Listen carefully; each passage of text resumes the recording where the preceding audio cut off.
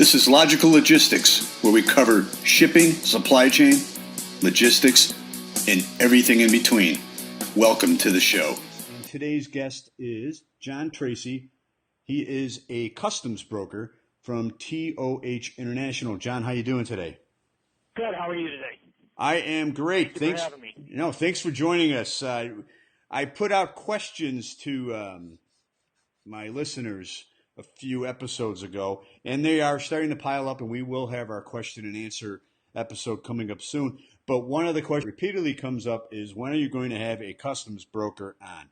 And thank you, John, for joining us, because that has been a request that has come over our email frequently. So, well, thank you for the opportunity. Sure. So, John, you work for a company called TH International, correct?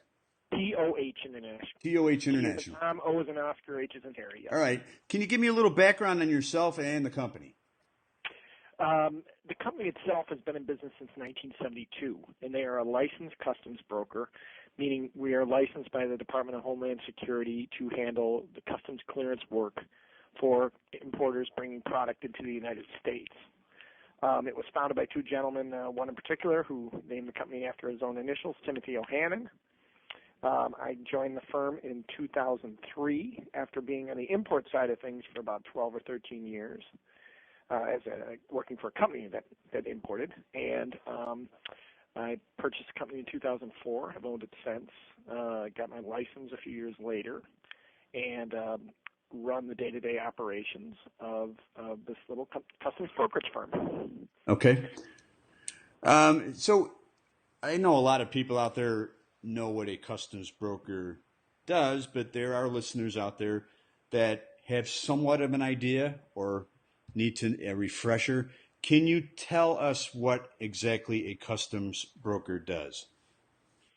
Certainly, and it's funny, people ask you what you do for a living, and you start to tell them, and after about 30 seconds, their eyes glaze over because they don't understand. I know how that goes. Your listeners are switched on and tuned into the industry and the marketplace, and probably have a better understanding of the role we play. Customs brokers work with importing companies. Any company importing product in the United States needs to work with a customs broker. And what the customs broker does is handles the classification and filing with U.S. Customs of the shipment's contents and value.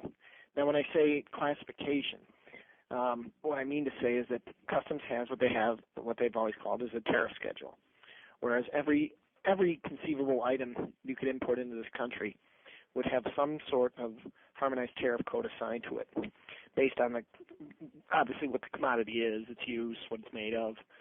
And attached to those tariff codes is typically a duty percentage or duty rate.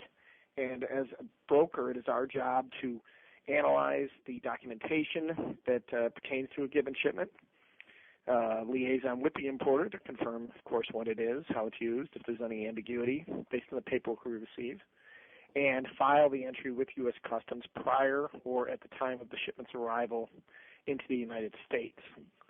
At that point, Customs will review the information, sometimes physically look at it, and physically look at the shipment, that is, and at some point, God willing, if there's no problems, release the shipment.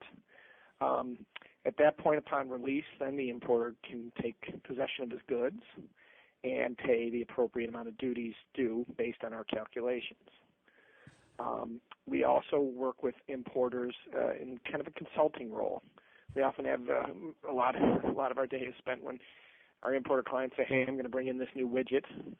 This is what it is. This is what it's made of. This is what it does. How would you classify it? What's my duty rate going to be? My percentage?" And a lot of times, obviously, they're importing product and trying to build in their landed cost. So we're a very important element of that. That's interesting you bring that up, because today with so many different startups, I'm sure that's growing part of your business. Yes, it is. Yeah. Yes, it is, and it's obviously if you're an importer or a business person or, like you say, a startup, and you're looking at bringing in a product or making a product, you have to analyze what it costs to get it to your door, whether you build it locally or build it overseas. So absolutely, we're a part of that process, and like you say, at a very early point in the process. obviously if someone's trying to analyze whether it's cost efficient to build offshore or build here. So we see that element of the business all the time, and it's interesting to watch because it's like watching a flower grow from a little seedling to a full-size flower tree, what have you. We see businesses grow that way, and we see their businesses develop that way as they kind of build these relationships. Okay, so so everyone's contacting you from different companies that actually manufacture to freight forwarders, correct? Correct. Right. Yes, because we are a licensed custom broker. We are not a freight forwarder. That right. Basically two elements in the importing process. You have to move the freight and you have to clear it. And some folks do both, and some folks do one or the other. And we, as a licensed customs broker, have always just focused on customs brokerage. We don't do freight forwarding, but we do partner with a number of freight forwarders who have us work with their importer clients. So kind of a hand-in-hand approach. All right. Now, during your description, you touched upon 3 different things, and I wanted to go into each of those. The types of commodities that you deal with. Mm-hmm. Can you go from the ordinary to the way out there, something that would blow our mind as far as what you've seen?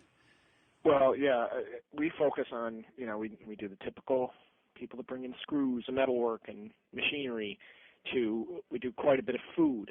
Okay. We're based in Chicago. Chicago is an ethnic melting pot of peoples, if you will. So there's, a wide ranging demand for foods from outside of this country, and it's a good chunk of our business and something we focus on. And my colleague and partner, who is a customs broker, has a big, extensive background in that. And the exotic, the most exotic thing is I handled the importation of a panda last month, which a panda. Occasions where a panda, a panda bear. Panda from a zoo in Canada to going to a zoo down in actually Greensboro, North Carolina. Wow. Chicago is such a central point that it's kind of the center of the wheel, as they say. So much comes through here, either through O'Hare Airport or through the ocean rails. As Chicago has always been that kind of that center of the rail, where east meets west, and it's always been, and God willing, will always continue to be an important transportation hub, and therefore making freight forwarding and customs brokerage a pretty big business in these parts. So what percentage is ocean? What percentage is air? Oh, I'd say we're definitely more heavy ocean nowadays. Okay. I think companies have gotten much. I'd say we're probably 70-30 ocean to air. All right. And part of that's based on our product mix of that our clients bring in. Certain high value, high demand products would still be air freighted, but it's a dollars and cents things for the importer. It's obviously much more cost effective to ship ocean if you can do it. Yeah. And we've just seen that trend, and even though fuel has gone down, obviously air is still considerably more expensive. So back to the panda bear. You start from. How did this come about? How did you get? I work with one of my partner clients handles importation of animals. All right. So they work with people that are bringing in like dog breeders, and this guy kind of has a real niche that he handles. Like he works with zoos and things like that, where animals bring in, he'll take care of them while they're at the airport or something, and maybe in transit them somewhere within the Midwest. So he's the one that's the partner I've worked with for some time. That it's been some fun stuff sometimes. It's a cute little animal, although it darn near bit me. I swear to God, when I was ready to bounce out of the cage. Yeah. Well, it's tough on the animals to be caged up that long because in addition to the flight time, obviously, there's considerable time before and after flights when they're kind of caged up. Sure. So that's probably my most interesting import. Pardon me? That or an octopus. It was brought in. Yeah. So how did the octopus come over? That was air freighted from Japan. All right. So it obviously has to be in water, seawater. It was, yeah. And it's funny, I actually picked the thing up myself at the airport and met the biologist who was bringing it down he was actually out of the University of Iowa at Iowa City and drove in and got it and actually had to take it down to the Shed Aquarium in Chicago. So it was actually in my laundry room for about an hour. Oh, my word. Yeah. I cleared it, but yeah, it was fine. It was, University of Iowa, you know it well. Every day. I'm a Hawkeye, so I know the place well. Yeah, this guy was a grad student in Iowa. Excellent. All right, now what? As far as you obviously deal with a lot of different countries. Are there countries that are easier to deal with than other countries? What are the easy countries? What countries pose more of a challenge? Well, I mean, probably just in sheer volume and familiarity, we'd probably do the most out of China. Okay. But we've also do quite a bit out of Eastern Europe, like Poland, for instance. Like I said, we work with a number of food importers that bring stuff out of Eastern Europe. Well, that would make sense being you in Chicago. Yeah, Chicago is one of the largest Polish populations outside of Warsaw, I believe it is. Right. So those countries, China isn't always easy, but it's something we're extremely well versed in for obvious reasons, just based on sheer volume. Okay. And like I said, the European countries are easy to work with, and they're very detail oriented. I wish everybody was like them. Some of the tougher countries, there are certain countries, either in the Middle East or in Central Asia, that we've had limited work with, but you can always count on it being a bit of a grind. All right. Getting the product in there. Out of there. Can you give any examples? Pakistan. Okay. I have one importer that regularly brings things in from Pakistan, and we can always pretty much expect that's going to be an exam. All right. Just for a number of reasons, which I can't necessarily pinpoint for sure, but right. We can, obviously, given the political climate in the world, you can understand why. And it's a good transition to my next question I wanted to ask you.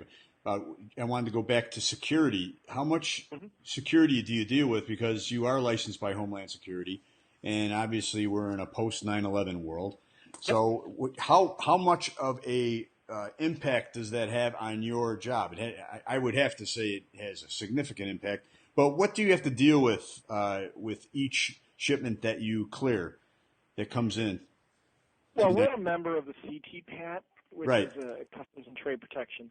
And along with that comes a certain level of responsibility, which obviously as a broker you should have anyways, but something we try to take extra certain care of, that we work with partners that are also in the program. The responsibilities of a lot of the CTPAT issues really come on the movement and the security of the freight, which as a customs broker, as a pure customs broker, we're a bit removed from. We don't have agents in these origin countries that we're working with. That's more a freight forwarder's relationship.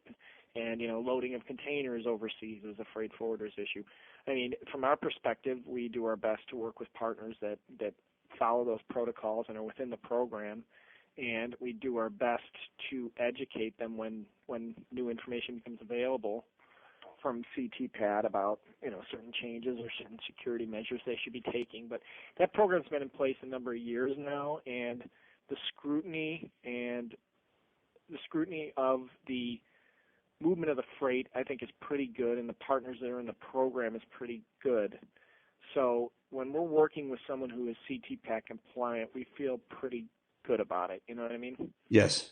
Yeah. I don't know if that's clear, but we don't generally just jump into working with just anybody.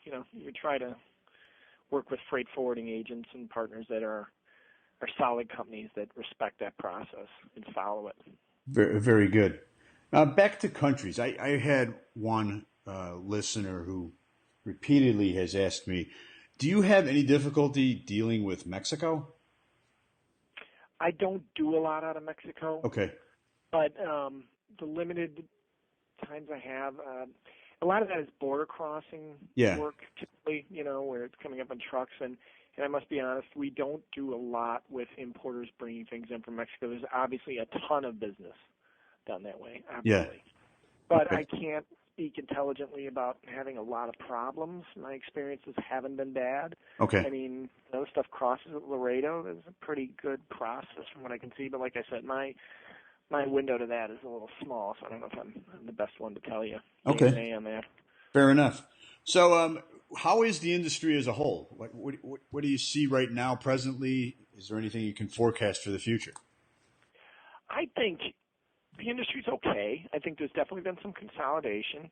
Right. Now in Chicago, it's a good market. I think LA is probably obviously a bigger market, and New Right. York is a bigger market.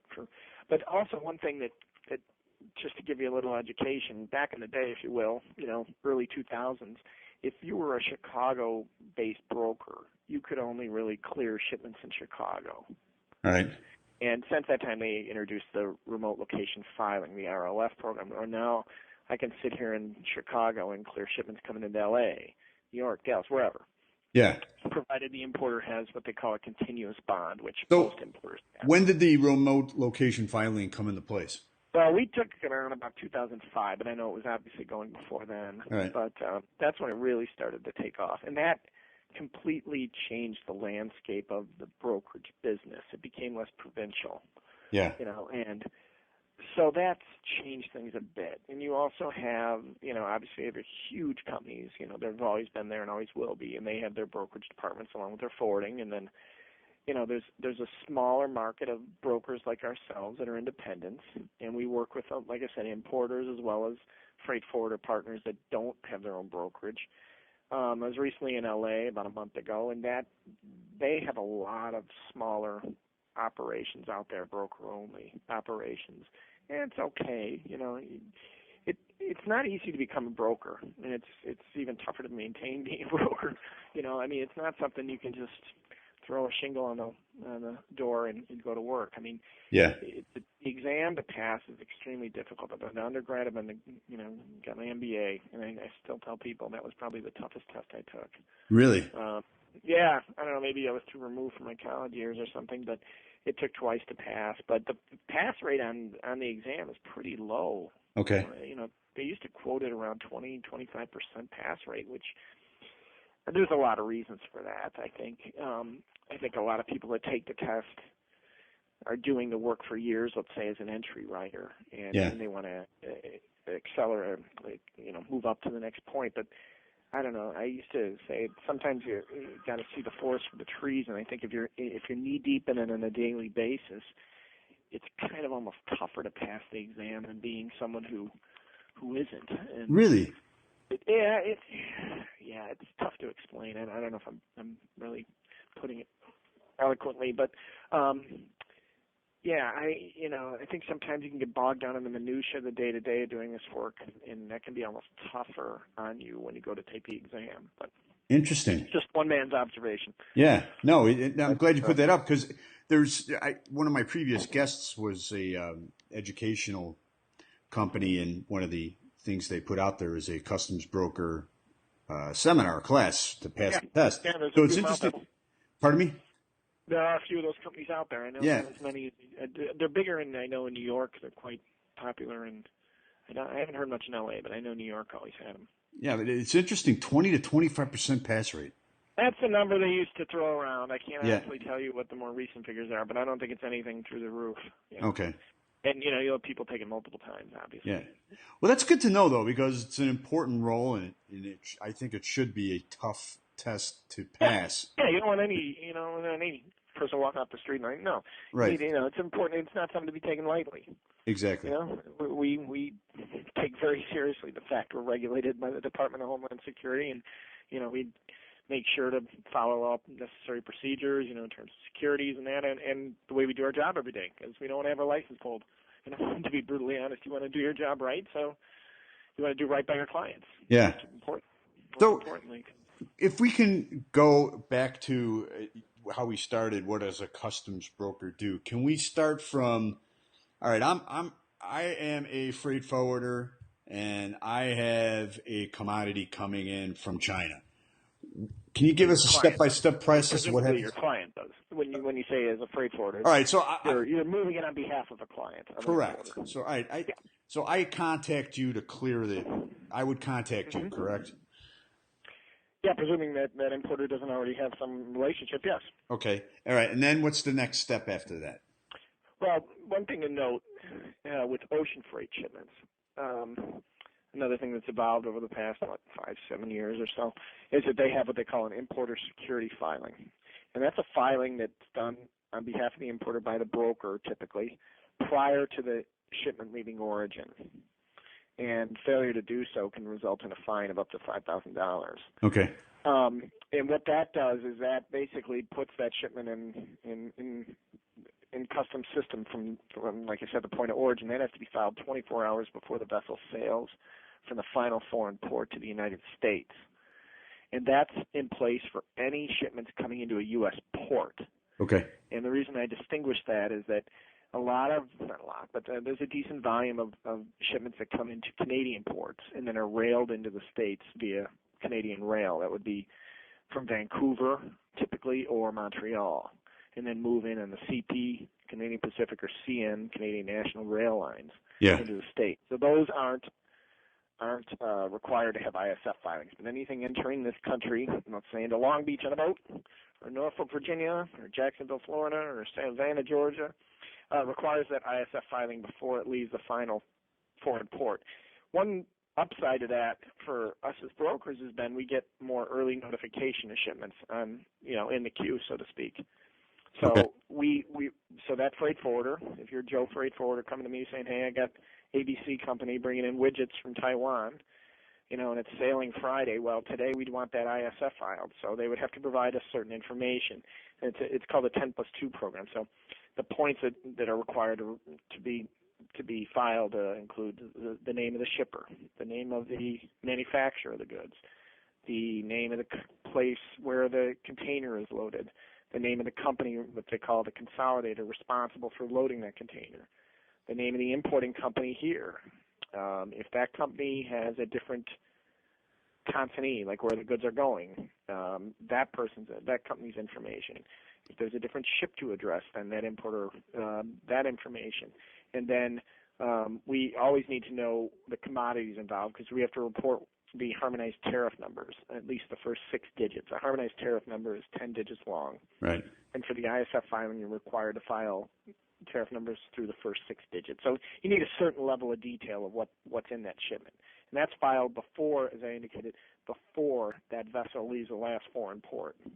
So that's where our first point of contact usually comes. Now, if it's a new importer that we've never done business with before, any customs broker is required to get what they call a customs power of attorney form completed by that importing company.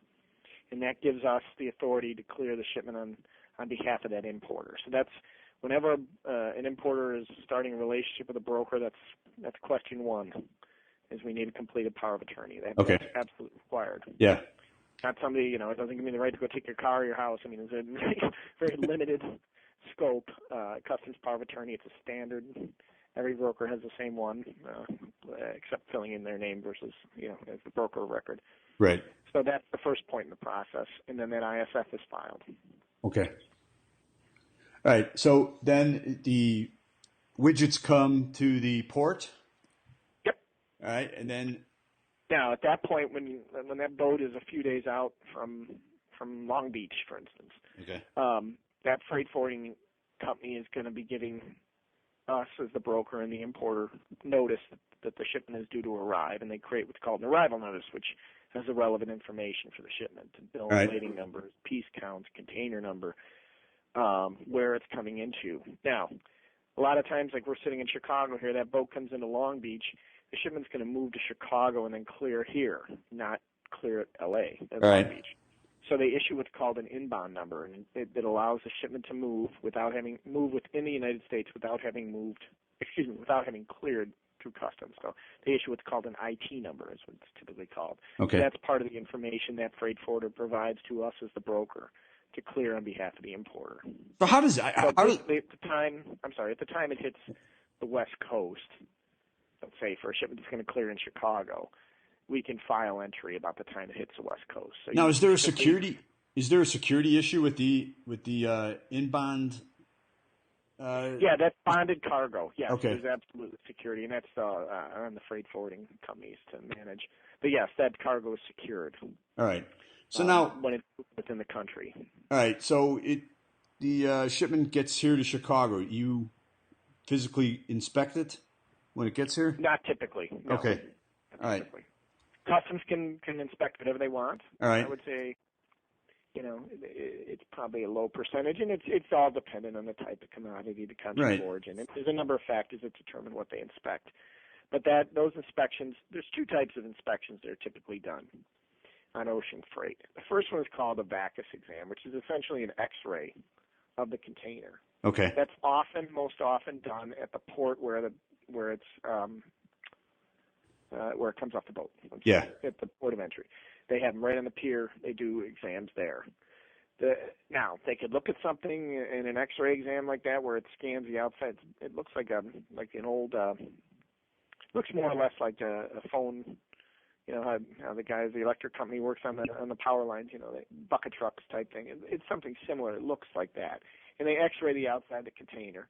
And if they determine that they need to look at the contents further, they would move it to what they call a CES, a Customs Examination Station, Okay. where it can be divanned and where customs officers will physically go through shipments. You know, if they're looking at this particular shipment, they will have it, pulled out of the container, segregated, and examine it for whatever reason they're looking at it.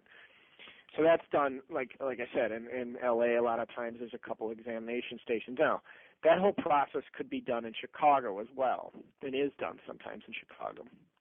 Okay. Two customs examination stations in Chicago where that work can be done. And where are they located?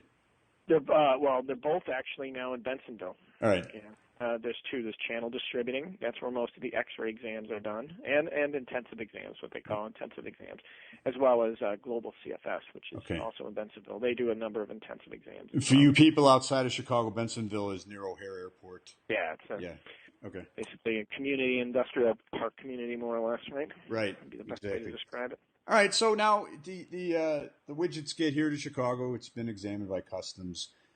What is your role to get those widgets to the company that's going to deliver them to their final endpoint? Okay. Well, first of all, the goods are going to either come in. If someone has a full container of goods, they're going to come to a Chicago railhead. All right. For instance, if it's going to be a Chicago clearance, they're going to come to the railhead, and they will be cleared out of that point. All right. So every location has what they call a firms code, which is the identifier of where the final location is for clearance. So let's say we have a full container of widgets at the Burlington Northern Santa Fe Yard in Elwood, Illinois. Yeah. It has a firm code of H572. Okay, we would clear the shipment as part of our customs entry. We'd identify that the shipment is clearing out of the railhead there. When that's done, let's say that's done, everything's clean, it clears, and the freight is made available, then either if the client, the importer, needs us to handle it, we pull the container from the yard and deliver it wherever it needs to go, or in some cases our freight forwarder partners handle that themselves. That's part of their role. So that's really customer specific. Okay. Now, the other scenario is when shipment is what they call LCL cargo, less than container load. Now, that's what a lot of freight comes in as, because not everybody needs to bring in a container load of widgets at a time. They might bring in 3 pallets. Right. So they're part of what's called a consolidation, which is basically overseas. That shipping agent gathers up 10 guys' stuff that needs to go to Chicago and puts it in one container. And away it goes. Now, when that container gets to Chicago railhead, it's transferred to what they call a CFS, a customs freight station, or container freight station, excuse me. Okay. And that is where those goods are transferred to and where they would clear out of. So all the goods would go there. They would not be cleared until they get to that location and a customs entry is filed. So that container would move inbound, like what we call inbound, from the railhead to, let's say, St. George Warehouse in Wooddale, or Bar Freight in Bolingbrook. There's a number of CFS stations in the Chicago area. Okay. And obviously same in L.A., New York, all these other markets. So the freight would then clear out of there. And then, like I said, depending on the relationship with the importer, either we pick it up for them, people can pick it up themselves, a freight forwarding agent can arrange it, whatever. But it's cleared out of that location. Okay. All right. Well, great. Well, John, I really can't thank you enough for joining us today. Once again, our guest is John Tracy from TOH International. John, what's the best way for people and companies to get a hold of you? Well, unfortunately, in our world today, we talk less, and I think email is probably the best way to initially contact me. And my email address is J as in John, Tracy. That's J Tracy at T as in Tom, O as in Oscar, H as in Happy, I as in Ice, N as in Nancy, T as in Tom.com. Okay, so that's jtracy at TOHINT.com, correct? Yes, sir. All right, great. All right, finally, I asked this question of most of my guests. The term logistics is so widespread nowadays. You see it on side of rail cars. You see it at small storage facilities. What does the term logistics mean to you? To me, the term logistics really, and maybe I'm looking through my prism here of the industry I'm in, I see it as everything involved in getting goods, commodities, what have you, from origin to destination, and in our case, from a foreign country to a U.S. entity here in America. And that involves not only freight forwarders, but it involves truckers, and obviously, most importantly, it involves customs brokers. So it's all necessary, all are essential to that process, and that's how I really view logistics. All right. I said maybe I'm a little slanted towards my own industry, but that's no, that sounds like a great definition. Once again, John Tracy from TOH International. You can reach him at jtracy at TOHINT.com, correct? Yes, sir. All right. Well, thanks, John, for joining us. And thank you for asking me. Yeah, and we'll catch you next time on Logical Logistics. This is Joe Becht, your host, and thanks for listening. And we'll see you next time on Logical Logistics. Click the subscribe button for new videos every week and download us and review us on iTunes. Visit www.beslogistics.net for more logistics, transportation, and warehousing resources. Thanks for watching.